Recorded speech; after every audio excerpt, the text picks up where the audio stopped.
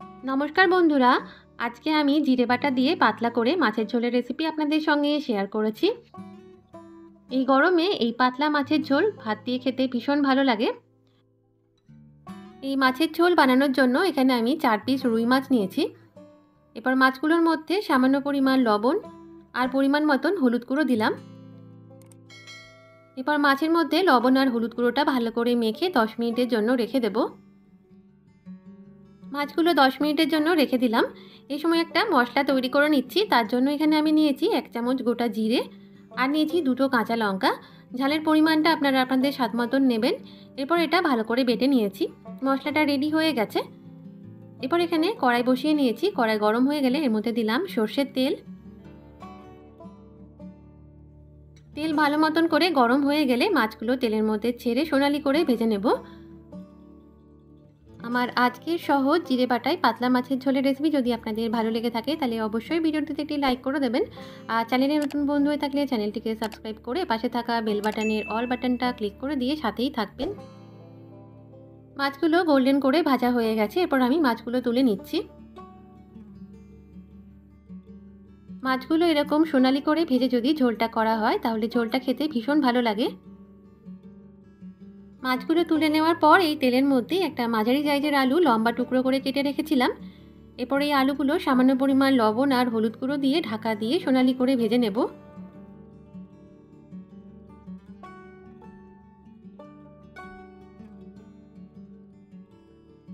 প্রায় 10 মিনিটের মতন সময় নিয়ে মিডিয়াম ফ্লেমে আলুটা সুন্দর করে ভাজা হয়ে গেছে। এরপর আমি আলুগুলো তুলে রেখে দিচ্ছি।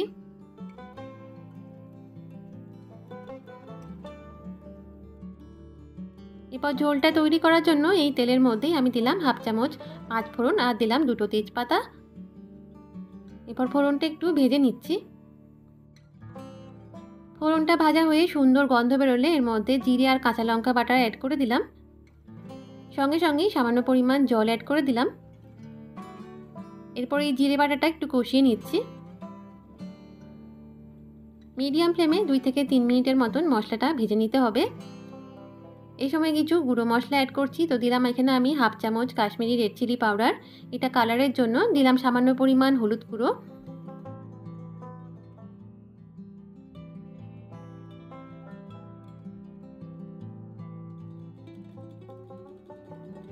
মশলাটা প্রায় 3 মিনিটের মতন ভাজা হয়ে গেছে।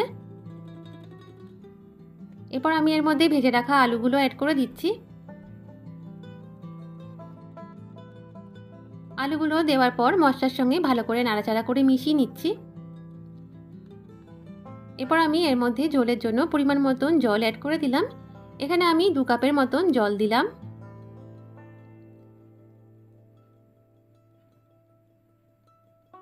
এরপর আমি এর মধ্যে দিলাম স্বাদ মতো লবণ।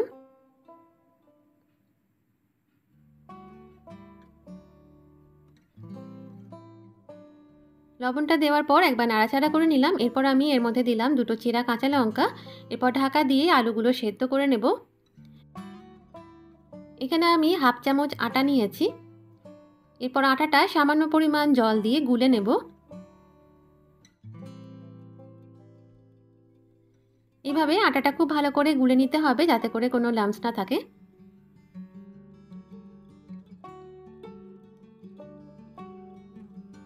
এদিকে প্রায় 10-12 মিনিট রান্না করে নেওয়ার পর আলুগুলো ভালো মতন করে সেদ্ধ হয়ে গেছে। এই সময় আমি এর মধ্যে ভেজে রাখা মাছগুলো অ্যাড করে দিলাম।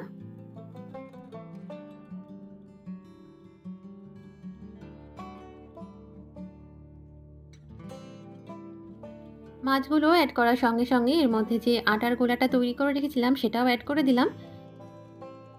এই সময় গ্যাসের ফ্লেমটা একদম লোতে আছে। এরপর খুব ভালো করে একবার নাড়াচাড়া করে নিচ্ছি। এরপর 5 মিনিটের মতন এটা লো ফ্লেমে রান্না করে নিলাম। প্রায় 5 মিনিটের মতন রান্না করে নেওয়ার পর গ্যাসের ফ্লেমটা বন্ধ করে দিলাম। জিরে বাটায় পাতলা মাছের ঝোল পরিবেশনের জন্য একদম তৈরি। গরম ভাতে এই ঝোল অবশ্যই একবার ট্রাই করে দেখবেন, খেতে ভীষণ ভালো লাগে। আশা করছি আজকের রেসিপি আপনাদের ভালো লেগেছে। রেসিপি ভালো লাগলে অবশ্যই একবার বাড়িতে ট্রাই করে দেখবেন আর কেমন লাগলো আমাকে অবশ্যই জানাবেন। আজকের মতন এই পর্যন্তই। ভিডিওটি দেখার জন্য অসংখ্য ধন্যবাদ।